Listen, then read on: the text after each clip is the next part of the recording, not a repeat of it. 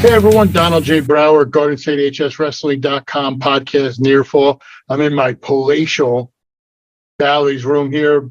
Day one wrapped up from States. Big day. It's literally the start of a march to crown a champion. By Saturday night about this time, we're going to know who is the state champion, who finished second all the way to eighth. It's going to be fun-packed little deal we're going to be doing here. Before we get into that, we got to thank our sponsors. The man who helped fund this palatial estate, Dan Warnikoff, champion athletes. I said it before, I'll say it again. Dan is the man when it comes to fueling your body. Your car is essentially your body. Why would you put cheap gas in your car? Why would you put something in that would ruin your car as you're going on the road? You don't want to blow ahead, pop your trans or anything like that. You want to focus. That's what Dan helps you do. He helps you get down to the weight you want to get to. You could be an athlete, non-athlete, in-state, out-of-state. Dan Warnikoff, the man. And Harrington Companies, recycling, construction, and Hoffman Landscaping, big proponents of what we've done this year and helped us upgrade our infrastructure a lot. So thank you to the Harrington Companies. Now, not too many surprises when it came to, where everybody felt.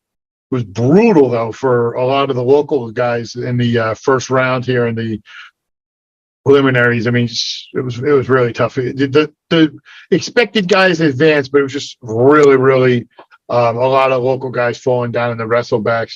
But some guys who advanced, Logan Waddle and Aiden Sharenga from Hackettstown, they both advanced to the quarterfinals tomorrow. Ethan Smith, a name somebody you guys may know if you follow us, and have followed us for a while, formerly of Boot, now Paramus Catholic, knocks off the top seed. I mean, that's a big upset in my book. I mean, he was 15th seed, I think he was, but he knocks off the top seed. Caden Name of St.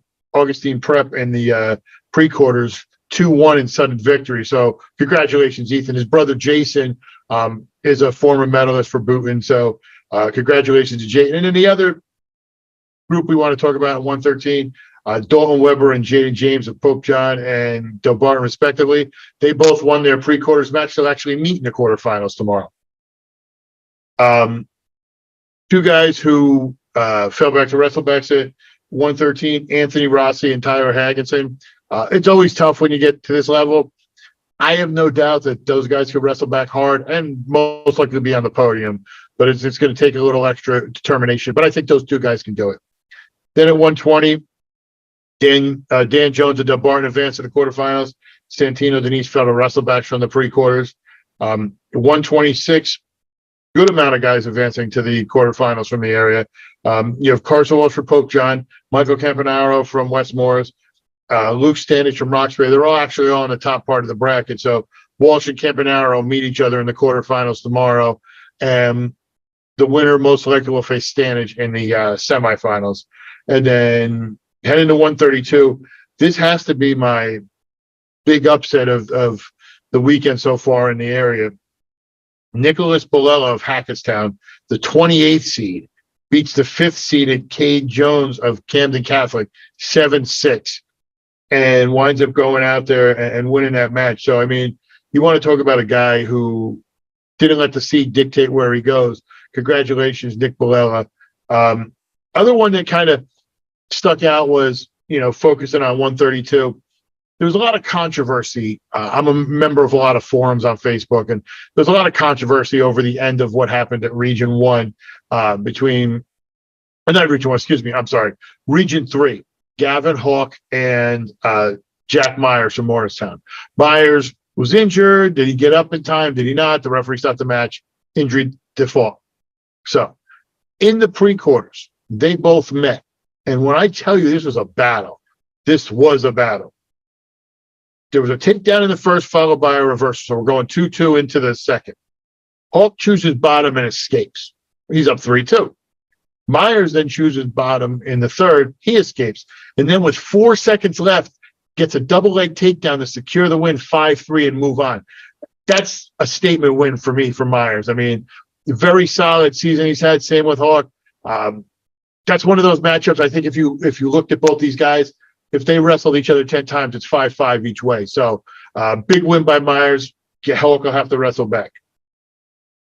Then you in the 138 bracket, Luke Galetta from Petersburg and Tyler Vasquez advance to the quarterfinals.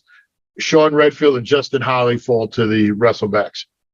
In the 144 weight class, the only one that advanced to the quarterfinals was Brandon Dean of West Morris, who looks determined to be on that podium, if not on top. So I wouldn't put anything past Dean this year. Falling in the wrestlebacks was Rhett Wasilewski and Joe Dobby. At 150, the only guy we have in the local area we cover, Cross Wasilewski from Del Barton. He advanced to the quarterfinals. He's had a rough season with injuries. He seems to be peaking at the right time. And like I said with Dean, I'm not gonna go against Cross at this point. His teammate Alessio Breton advanced at 157 to the quarterfinals. He beat Logan Wycoric of Voorhees. Taylor Sibley's also fell to the wrestlebacks from Newton. 165, we had a good amount of coverage as well in advance. We have Louis Sergio from Del Barton, Garrett Tettenemer from Del Val, and somebody I thoroughly enjoyed covering at DePaul last year, who's now at St. Joe Montvale, the Pork Chop Express, Ryan Burton. He's down here ready to take out Lopan and do whatever he needs to save, because it's big trouble in Little Atlantic City for this town. And then falling into the wrestlebacks, Matt Leslie of Morris Hills.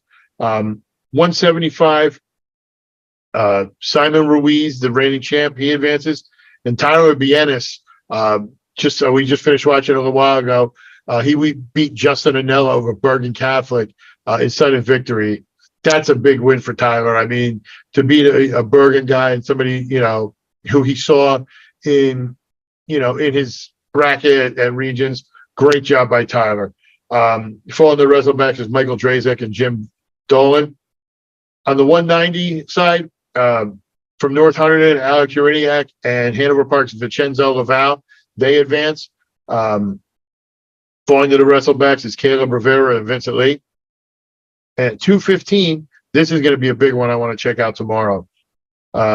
Advancing is Joseph Abill of Clifton, Brendan Rowley of North Hunterdon, Anthony Moscatello of Mount Olive, who, not to sidetrack a little bit, had all he can handle from Tom Borgia in the preliminaries.